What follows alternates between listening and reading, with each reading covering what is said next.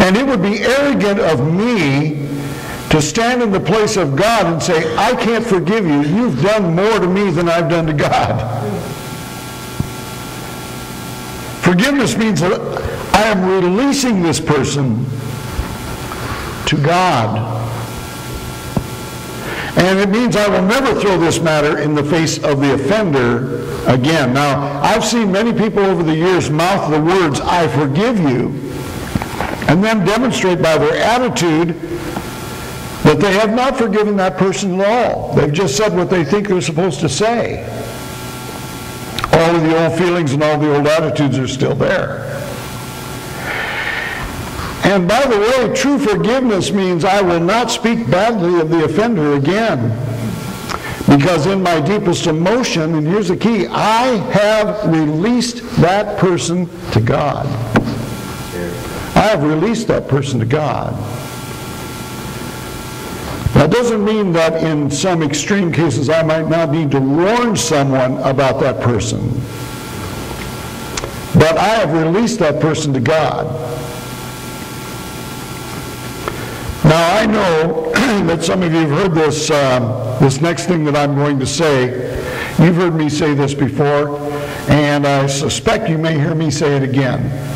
True forgiveness is not a feeling I feel. It is a command that I obey. True forgiveness is not a feeling I feel. I don't have to feel like it. I just have to do it. True forgiveness is a choice of the will.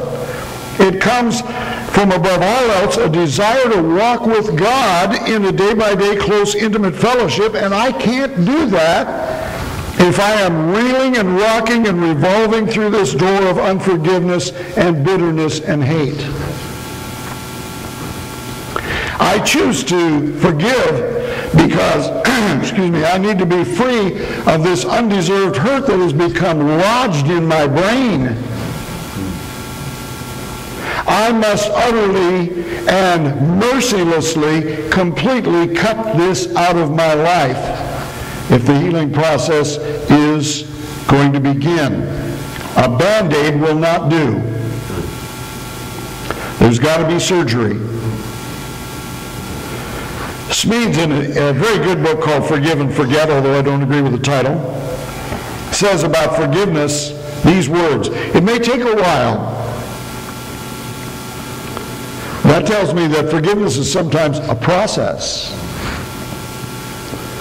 The worse the hurt, the longer it may take to work through it. We may experience confusion because we may never be able to piece together all of the answers to our questions. Why did this happen? And sometimes we don't know the why. Sometimes we may never know the why. We may even have some residual anger because forgiveness does not change what happened. We may have to work through the forgiveness process several times before we can finally lay the issue to rest. But I want to tell you, and this is not Smead, this is First Farmer 4:1, the fact that you're working on it, you're working on freeing yourself of this unforgiveness is pleasing to the Father. And He will bless you even while you're in the process. That's good news. I don't have to wait until I get all this stuff down real good before I can move on for God. If you're working at it, you're in the process. Then God's going to bless you. Now I want to share with you the results of true forgiveness. I talked about how that unforgiveness affects us physically, mentally, socially, and all of that, and spiritually.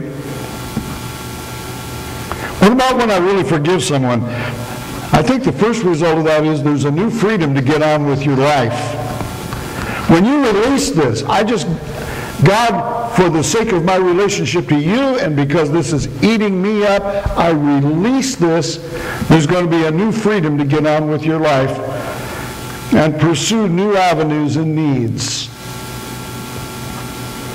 Secondly, and this is a big one, guys, you're going to have a new perspective on life. Your perspective is going to change from that of a victim to a victor. Wow, how important that is. I don't know how many people have ruined their life with unforgiveness and taking the posture of a victim. When you assume the posture of a victim, you've already lost. You see, what does the Bible say? Thanks be to God who always gives us the victory. And so you have a new perspective. Another thing, you have a restoration of God's love and joy and peace in your heart. Remember I said you can't have that when you're angry and unforgiving. There's going to be, but that's going to restore. It isn't going to be like, oh, there it is. But it'll come back in. You've poured it out. Now God's going to start pouring it back in. You're going to have a renewed desire to pray and read the Bible and grow spiritually and go to church and share the good news of Jesus with others. I think you probably remember that I said, when you are in sin against God, and unforgiveness is a sin. When you're in forgiveness, you don't feel like praying or reading the Bible or going to church, because first of all, when I pray, somewhere along the way in that prayer there's that phrase, God, please forgive me of my sins as I forgive those who sin against me, and I don't want to do that, so I'm not going to pray. But I'm not going to say I don't want to pray. I'm going to say I don't have time to pray. I don't want to read the Bible because somewhere along the way in that Bible there's going to be something that tells me I need to get right with God. But I won't say I don't want to read the Bible. I can't understand that. All those these, thous, and doest, and didst. So I start making excuses. And I don't want to go to church because I know that when I go to church, the preacher's pointing right at me in his sermon. But I won't say that I don't want to go to church because the preacher's pointing right at me. I'll say, music's too loud, pews are too uncomfortable, sermons are too long, they're always asking for money, whatever.